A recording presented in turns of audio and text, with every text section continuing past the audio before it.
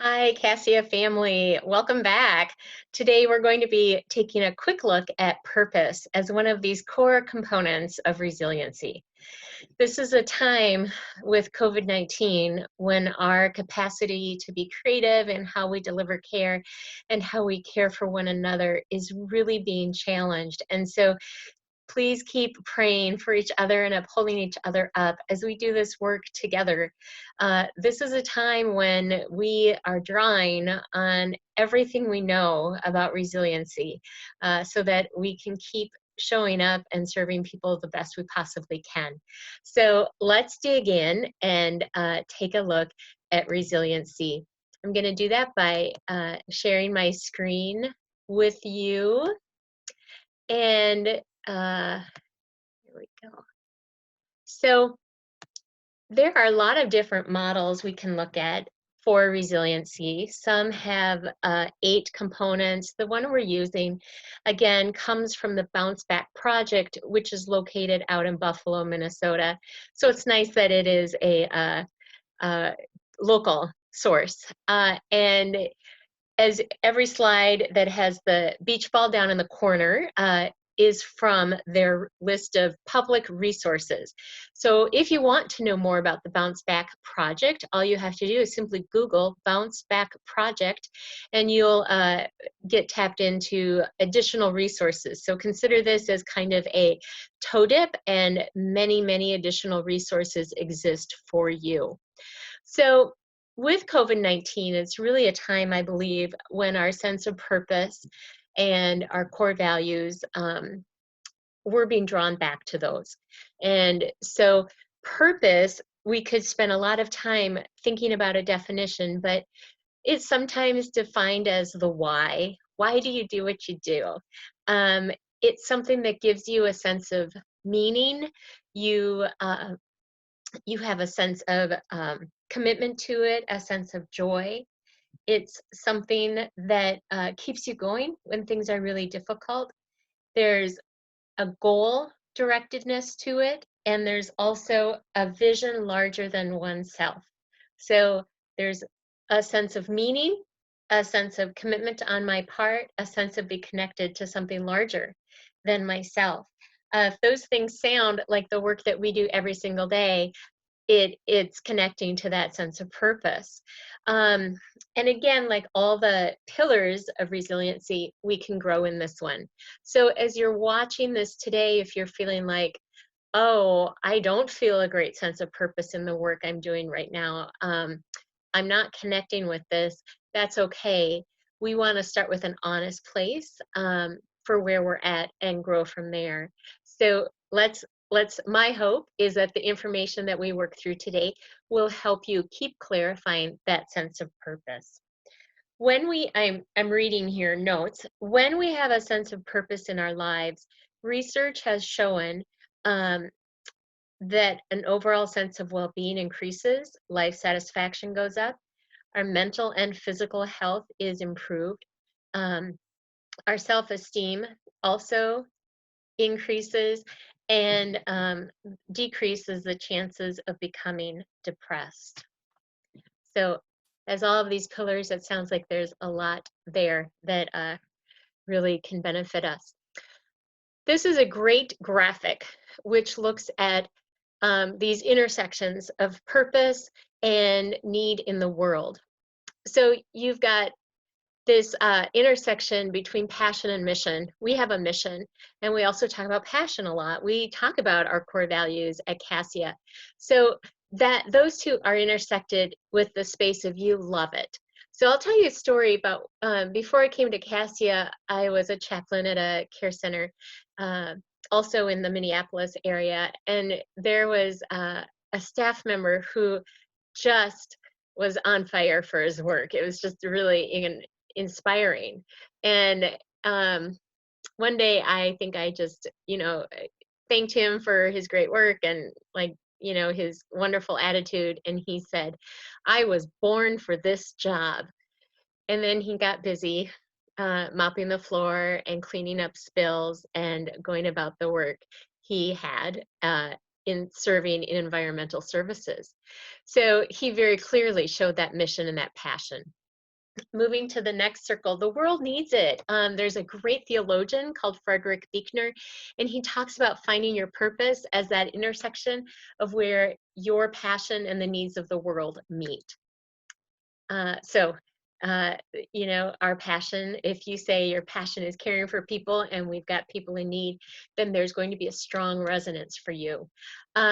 And then professional and vocational intersect with it's something where you're able to make a living out of this.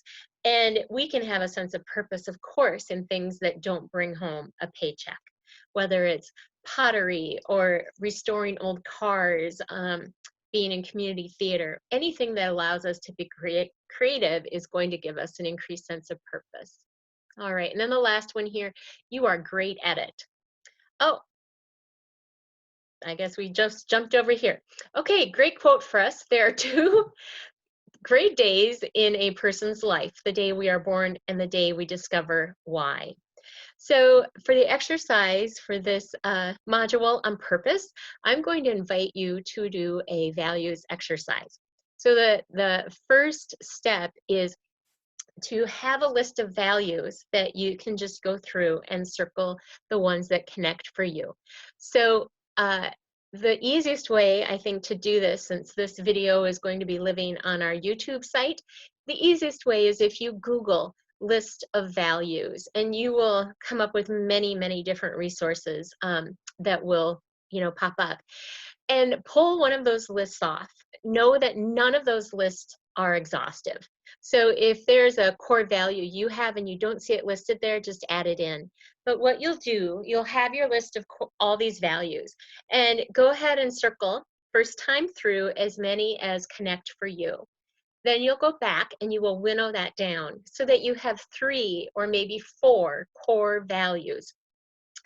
You are looking for things that really are intrinsic to who you are. So if people who know you well, they maybe could say, oh yes, that is definitely Sam's core values. You know, Sam is a person who's very motivated by helping others and by having harmony. Or conversely, people who know you well would say something was off. If we were able to remove those core values from you, they'd be like, what's going on? What's wrong with my friend over here?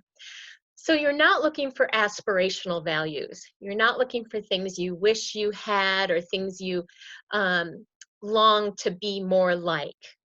We're not looking for our ideal selves. You know, that would take us to an inauthentic place and not a helpful place. We're looking for what's real for you.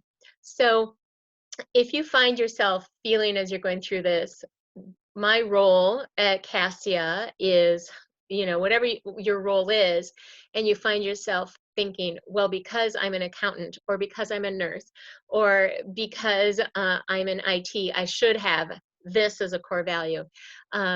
Just be aware that you're having that thought, but let that thought go, because we're looking for what's, again, core, essential to you.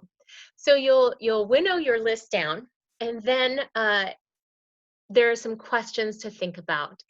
How do these help you serve the mission of Cassia? How do these help you in your life beyond Cassia?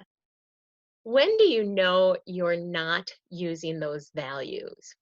Who are people who help you live into those values?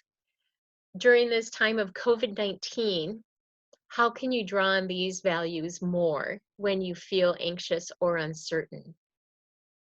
So an example would be creativity. I have a core value of creativity, and that shows up in everything from I love to write songs, play piano, you know, sculpt. I love doing all of that type of thing. But then I feel like in my work as a chaplain, I get to bring creativity to how we help residents, you know, address life challenges or ways that we deliver spiritual care. So, because I always kind of have like an idea that's brewing. So when COVID-19, the first like few weeks, maybe the first 2 weeks we were really in it, I felt like I was kind of numb, or I was in something of a haze. And then one day when I went to the Apple Valley campus, I just felt like, okay, you got to show up. You got to bring your creativity. You got to figure out how to get these worship services online. Okay, we got to get working on this. And then once I leaned on that sense of creativity, it led me to being able to problem solve, which is a function of adaptability. So when I think about core values in our work, I think it's all rooted and grounded in the cross of Jesus, because God has given each one of us values that are, one, that build other people up, and two, that God is going to use all of us together to fulfill this mission that we have. And three, you are uniquely made, and so the core values you have, trust that those are given to you for a purpose, for that purpose of bringing your passion to the need of the world. So again, as I've said all along the way in these, if I can be of more help to you in all of this, please reach out and let me know. Until the next video, God bless you and keep you. Thanks.